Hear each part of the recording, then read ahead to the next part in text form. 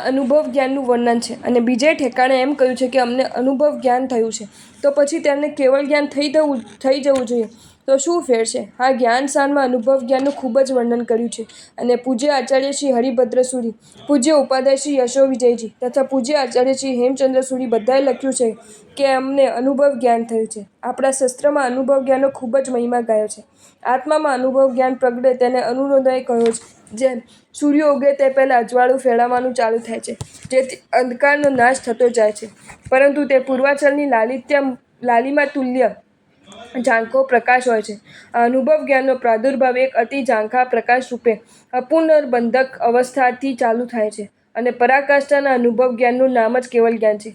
આખી મોક્ષ માર્ગ અનુભવ જ્ઞાનથી ભરચક છે. તેથી દરેક વ્યક્તિએ આગળ ચડવા માટે તે ભૂમિકાનું અનુભવ જ્ઞાન પામવું પડે. તેમને કહ્યું છે, ભગવાનના ગુણોનો આસ્વાદ અને ચાખ્યો છે, એનો અમને રસાસ્વાદ મળ્યો છે. જે સિદ્ધ થયેલા છે તેમના આત્મામાં જે ગુણો છે અને તેઓ તેના રસાસ્વાદ જ મેળવે છે, તેવો અમે થોડો રસાસ્વાદ મેળવ્યો છે, કારણ કે તેમને સંકિતની ભૂમિકાનું અનુભવ જ્ઞાન થયું છે.